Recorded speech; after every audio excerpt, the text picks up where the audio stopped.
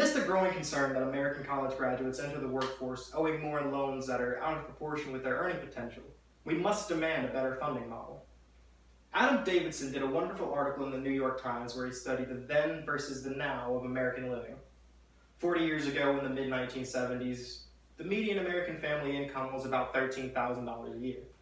A new home would run you about $36,000. A new car would run you about $4,000. Attendance at a 4-year private university would cost you around $2,000 a year. Attendance at a public university would cost you only $510.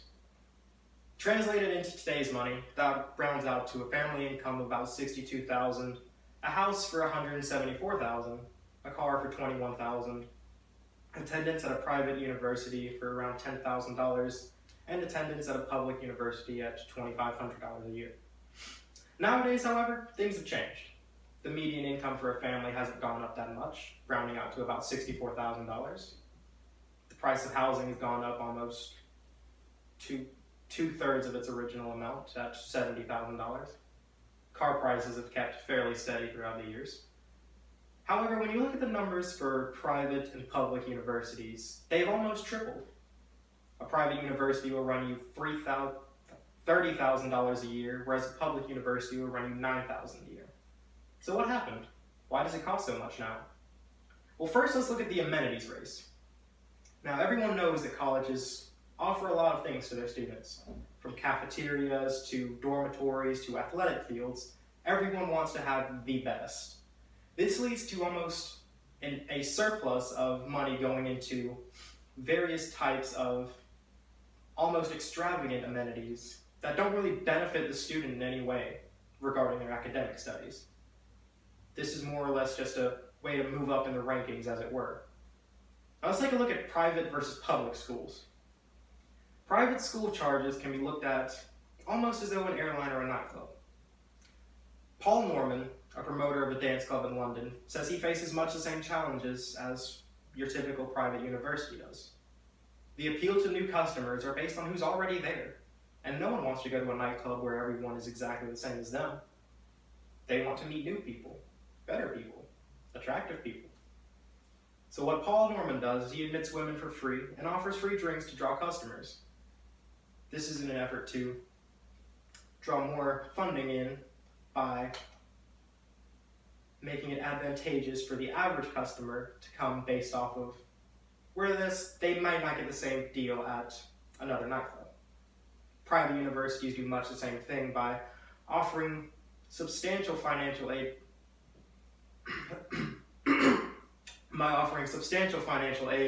to those who cannot afford it.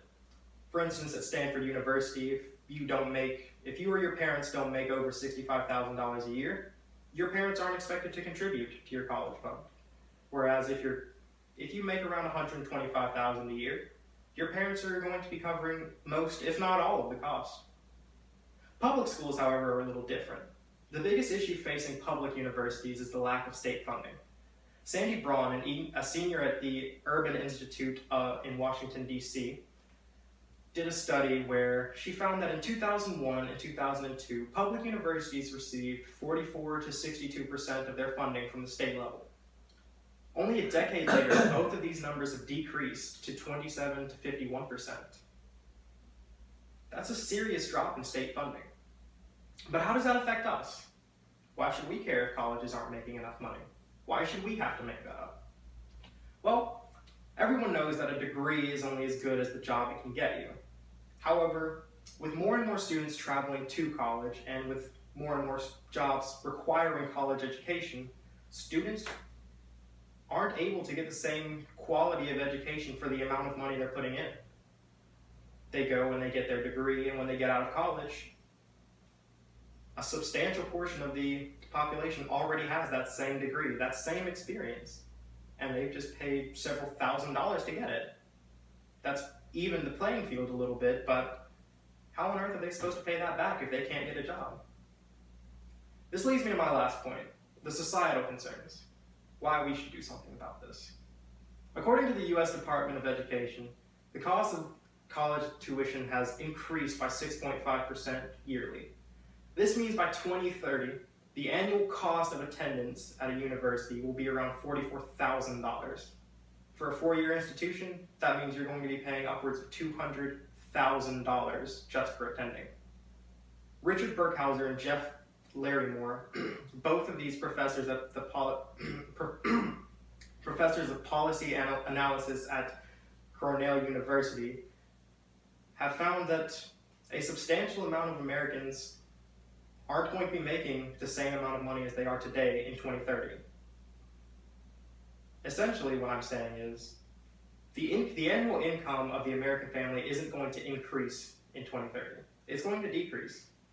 We're going to be making less money, but we're going to have to spend more of it on a chance to even the playing field with our employers.